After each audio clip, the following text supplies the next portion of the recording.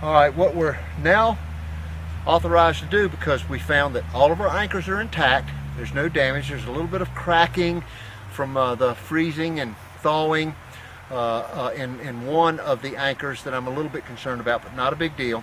What we're going to do now is get ready to aerate and decompact the critical root zone.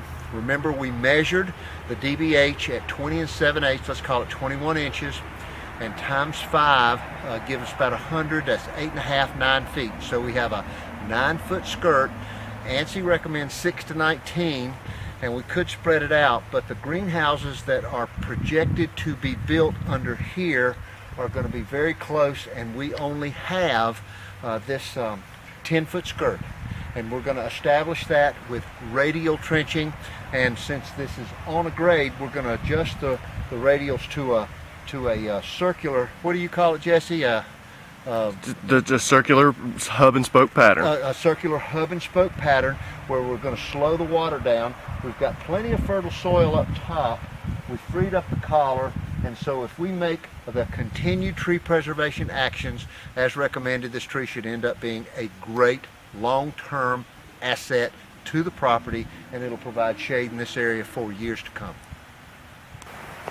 All right, we have completed the root collar excavation, and some of the clues that you look for when you do that are how much depth is going to be required when you radial trench to aerate and decompact this area of the critical root zone.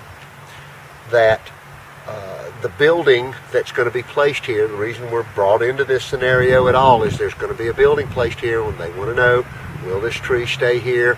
Will it fall on the building? Will it survive to thrive? Two very important questions. And what we've done is we've looked in here, we found that we've got pretty good soil conditions, but as you can see, we've got a number of nice fine fibrous roots that are mixed into the soil, and contrary to what we find in a lot of our scenarios, we see that we've got a depth of about, this is 369 inches. That's exactly what you want. So we've got arable soil, but it's going to have to be decompacted and mixed and stimulated in a radial and spoke pattern, and the area behind here, which is natural and unencroached upon by any of the fill dirt, is going to be incorporated and stirred.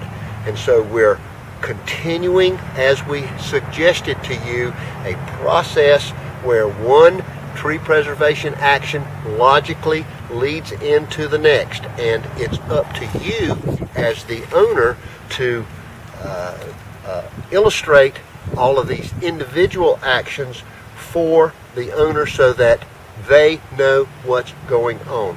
We're going to aerate, decompact, radial trench, we're going to biostimulate, we're going to incorporate existing organic matter in the critical root zone on the backside that has not been filled in. And once they understand that all of these actions bleed into one another to make a nice, healthy tree that is risk-free, they'll consent, and you'll have a job.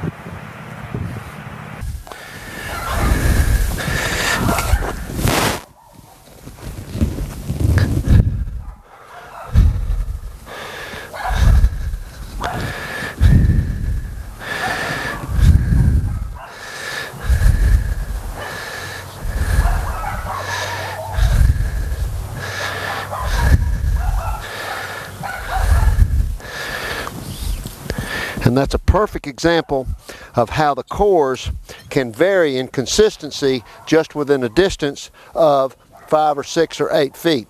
And I'll take another one from right out here.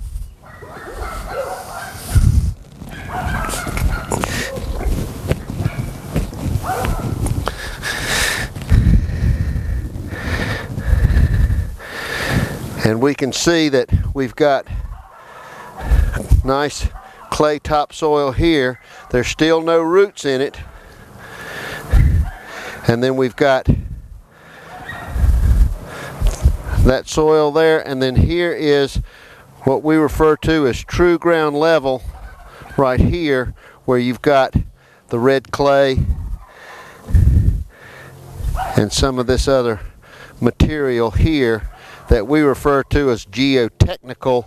In other words, it's just a mass, and we see at the very bottom we're starting to get just a little bit of the rooting from the tree, and so that rooting is what we're actually able to see right there.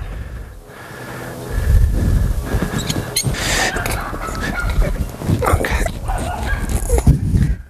And as we can see in this distance out from here, we've got a different soil profile just within a space of a few feet. You can see where the topsoil is much thicker.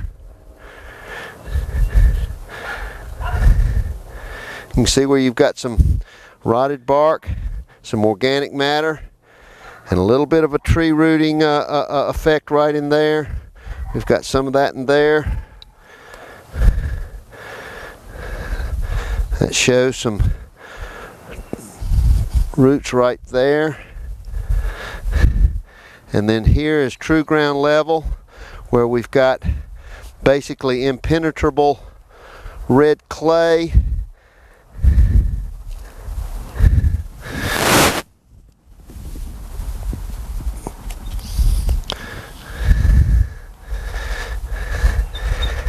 And that gives you a real good idea of how variable these disturbed sites are. In the critical root zone of this tree, we've pulled 3 or 4 core samples, and the layer of organic topsoil, or the layer of soil containing any organic matter at all, has varied from 1 or 2 inches over here to as much as 4 or 5 inches over here. And so it's important that you test in several areas all around here so that you know exactly what kind of condition the critical root zone of the tree that you're about to tell this owner is going to survive and thrive.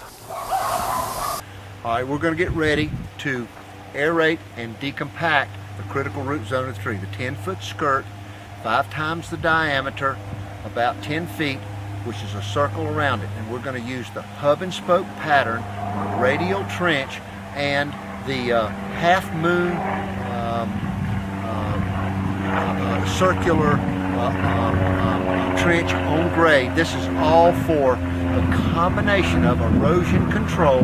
We need to slow the water down coming off this hill, and so that it has time to absorb into this very dense soil. As you can see, I can only get 3 or 4 inches of the compaction tool in here, so you know that he's not going to be able to go real far in there without heavy duty pressure from the air gun. And once again, we're using the big boy, we're not using this little guy. My guys do not use this small gun in these very tight clay bound environments. They'll use them for blowing mulch, cleaning off the sidewalks in the street, and other things like that. And so the critical root zone, radial trenching, we're going to stir it, but before we stir it, we're going to have to make sure we have topsoil sufficient enough to cover the surface so that we don't expose roots that have been lured up by years of drought and dry weather very close to the surface.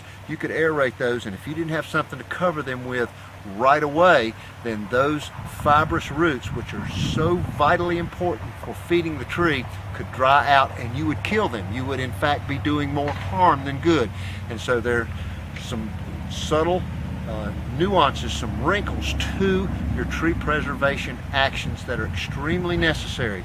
We're trading our energy, what you see given through the air tool, we're trading air and air spaces that we have down below us, water that we're going to put in here through irrigation, water, air, nutrients with our biostimulation, and energy from our tools that you see here.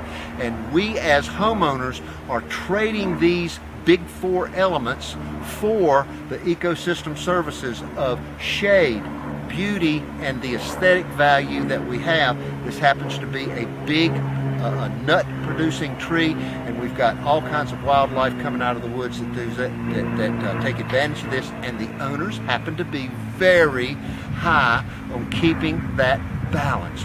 It's the balance in their designed ecosystem that we need to be sensitive to.